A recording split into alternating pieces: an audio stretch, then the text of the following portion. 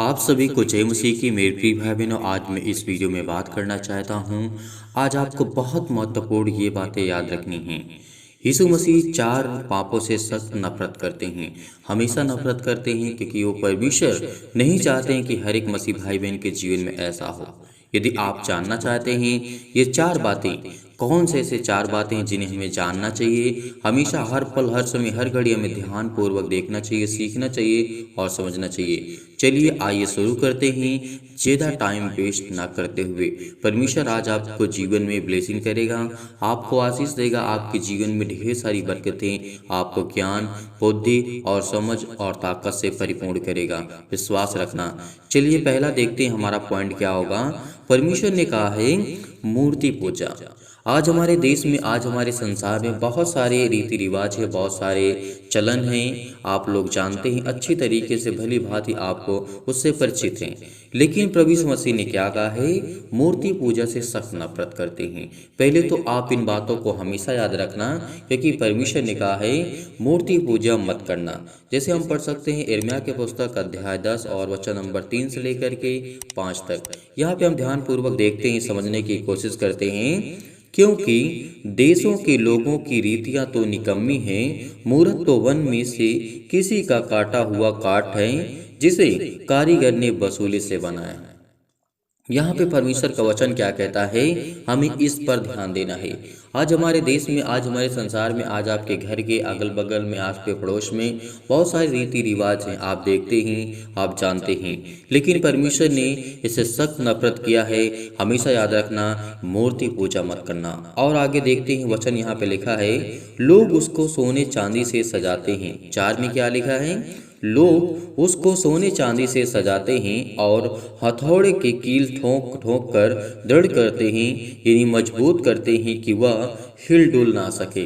लोग क्या करते हैं, किसी लकड़ी का काटा हुआ काठ जो होता है उसमें से बनाते हैं, उसकी मूर्त बनाते हैं, पत्थर की बनाते हैं, अनेक प्रकार की मूर्तें होती हैं।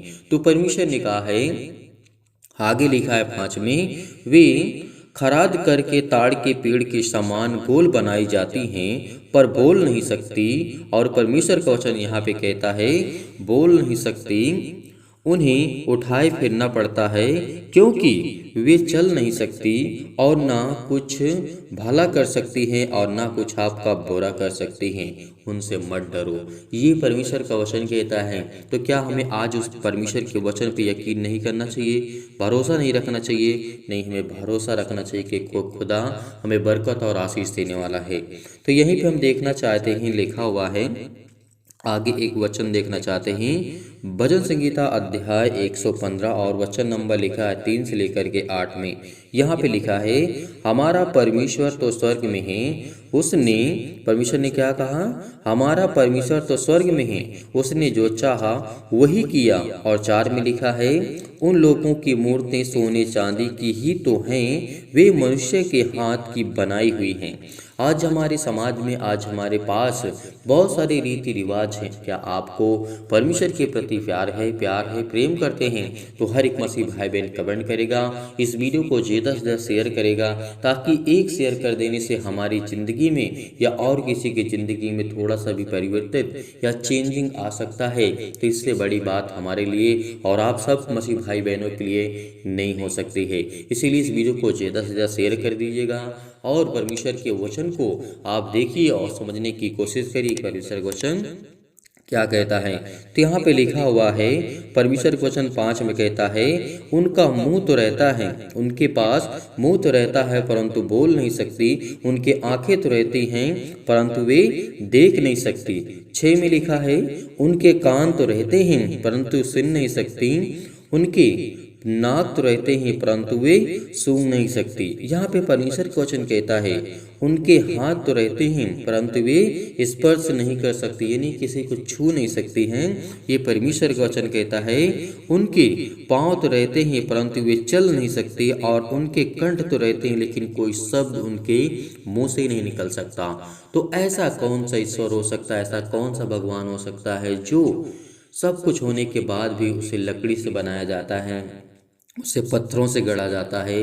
तो ये परमेश्वर से सख्त नफरत है। इन बातों को हमेशा याद रखना, भरोसा रखना उस खुदा पर। इसीलिए परमेश्वर ने 8 में कहा है, जैसे वे हैं वैसे ही उनके बनाने वाले हैं, और उन पर भरोसा रखने वाले भी वैसे ही हो जाएंगे।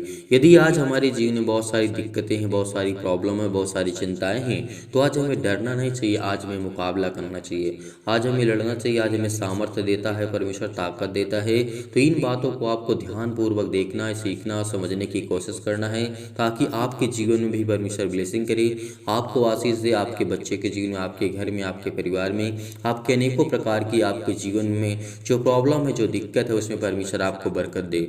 तो अगला देखना चाहते हैं पॉइंट, हम यहाँ पे देखना चाहते हैं दूसरा पॉइंट जो है, ये हमारे लिए बहुत खास हो जाता है, बेविचार।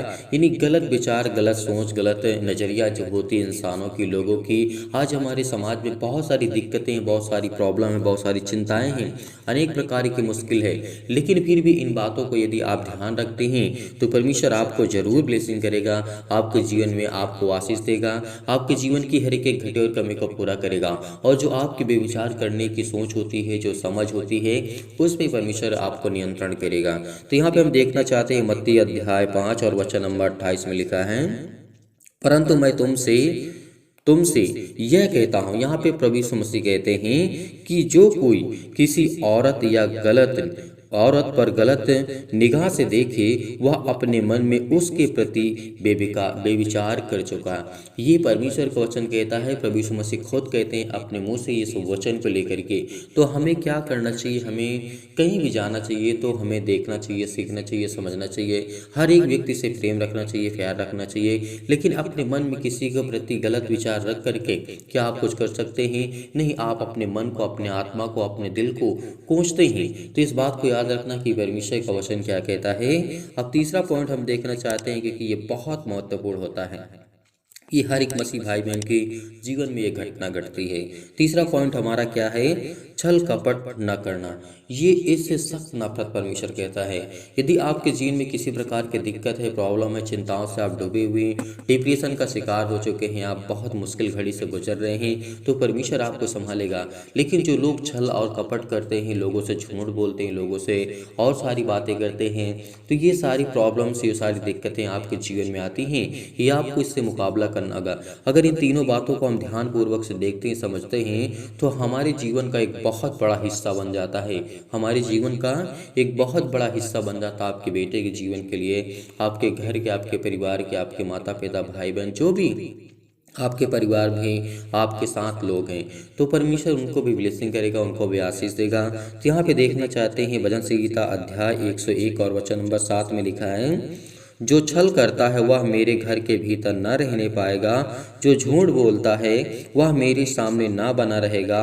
और 4वें परमेश्वर वचन कहता है, पवित्र आत्मा को अनदेखा ना करना। यहाँ पे हमारा चौथा पॉइंट है। यहाँ पे हमें ध्यान पूर्वक देखना है, सीखना है, और इन बातों को हमेशा याद रखना है कि परमेश्वर ने कितना आपसे प्रेम किया है। यदि हम छल करते हैं, कपट करते हैं, तो परमेश्वर क्या कहता है? मैं तुम्हारे भीतर नहीं रहूँगा, तुम मेरे घर के भीतर नहीं रहने पाओगे, ये परमेश्वर कहता है। तो चौथा पॉइंट हमारे लिए बहुत महत्वपूर्ण होता है, पवित्र आत्मा को अनदेखा करना। ये बहुत सारी प्रॉब्लम्स होती हैं, बहुत दिक्कतें होती हैं, जिसके पास पवित्र आत्मा होता है, तो लोग क्या करते हैं? अनदेखा कर देते हैं। नहीं, हम जो मन में आता वही करते ही नहीं। आपको ध्यानपूर्वक देखना है, सीखना है, समझना है कि परमेश्वर आपको ब्लेस करेगा, आपको आशीष देगा। इसीलिए मैं आप सभी लोगों से निवेदन करता हूँ कि इस वचन को ध्यानपूर्वक देखिए और सीखिए और समझने की कोशिश करिए। पहला थिस्सलुनीकियों अध्याय 4 और वचन नंबर 7 में लिखा है, क्योंकि परमेश्वर ने हमें अशुद्ध होने के लिए नहीं परंतु पवित्र होने के लिए बुलाया है।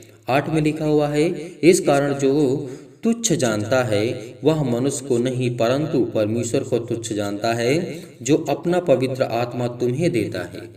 तो क्या आज हमें इन 4 बातों को अपनी ज़िंदगी में अप्लाई नहीं करना चाहिए? ध्यानपूर्वक नहीं देखना चाहिए? आज हमें सुनना चाहिए, समझना चाहिए। यदि आज हमारे पास इतना समय नहीं है कि 10 मिनट 15 मिनट दे सकें, तो आप अपनी ज़िंदगी में क्या कर सकते हैं?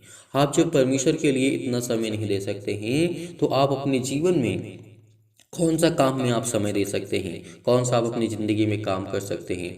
तो आपको हमेशा याद रखना है, यदि आपको अच्छे मुकाम पर पहुंचना है, अच्छी बातों को सीखना है, अच्छा ज्ञान चाहिए, अच्छी बुद्धि चाहिए, तो इन बातों को आपको फॉलो करना होगा, जानना होगा, आपको सीखना होगा, क्योंकि परमेश्वर आपके जीवन में ढेर सारी बरकतें और आशीष देगा। इसीलिए मैं विश्वास करता हूँ कि इन 4 पॉइंट और 4 बातों को हमेशा याद रखना, तो परमेश्वर आपको ब्लेसिंग करेगा, आपको आशीष देगा। आपके बिजनेस में, आपके घर में, आपके जॉब में, आपके अनेकों प्रकार के कार्यों में परमेश्वर आपको सफलता देगा, आपको सफलता जरूर मिलेगी।